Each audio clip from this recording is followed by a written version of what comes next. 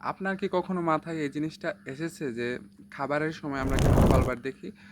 তার প্রথম কারণ হতে পারে আমাদের ব্রেইন অনেক কাজ করার পর যখন খাবার খেতে বসে, তখন খুব বেশি ব্রেইনের ক্যালোরি ইউজ করতে চায় না। সে কারণে দেখা যায় যে আমরা গোপালবার দেখি। গোপালবারে দেখবেন সবকিছু প্রেডিক্টেবল। যেমন মন্ত্রী একটা ভালো ব্যবহার করছে, তো মন্ত্রীর ভালো ব্যবহারের কারণ হচ্ছে সে পিছনে একটা কুমতলব আছে। তো এই হচ্ছে আমরা প্রেডিক্ট করতে পারি ইজিলি। এবং সে কারণে আমাদের ব্রেইনের ক্যালোরি কম খরচ হয়, আমরা সব কিছু বুঝতে পারি। তারপর সেকেন্ড যে কারণটা সেটা হচ্ছে এন্টারটেনমেন্ট পারপাস। আমরা সবসময় এন্টারটেনমেন্ট পছন্দ করি। অনেকে দেখবেন আবার গোপাল ভাঁড় না দেখে একটা খেলার হাইলাইটস দেখে।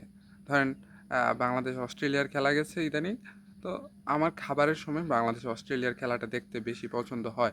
কারণ ওইটা তো আপনি দেখবেন ব্রেইনের ক্যালোরি কম খরচ হচ্ছে। আপনি বুঝতে পারছেন যে সাধারণ খেলা, কোনো কিছুই বোঝা লাগবে না। ব্যাট করছে একজন আইসা, আরেকজন বল করছে, আপনার এতটুকু বুঝলেই চলবে।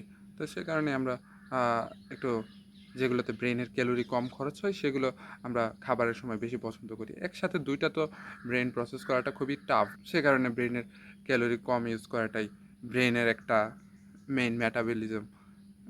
তা আপনাদের মতামত জানাবেন, কোনো অপিনিয়ন থাকলে দিতে পারেন।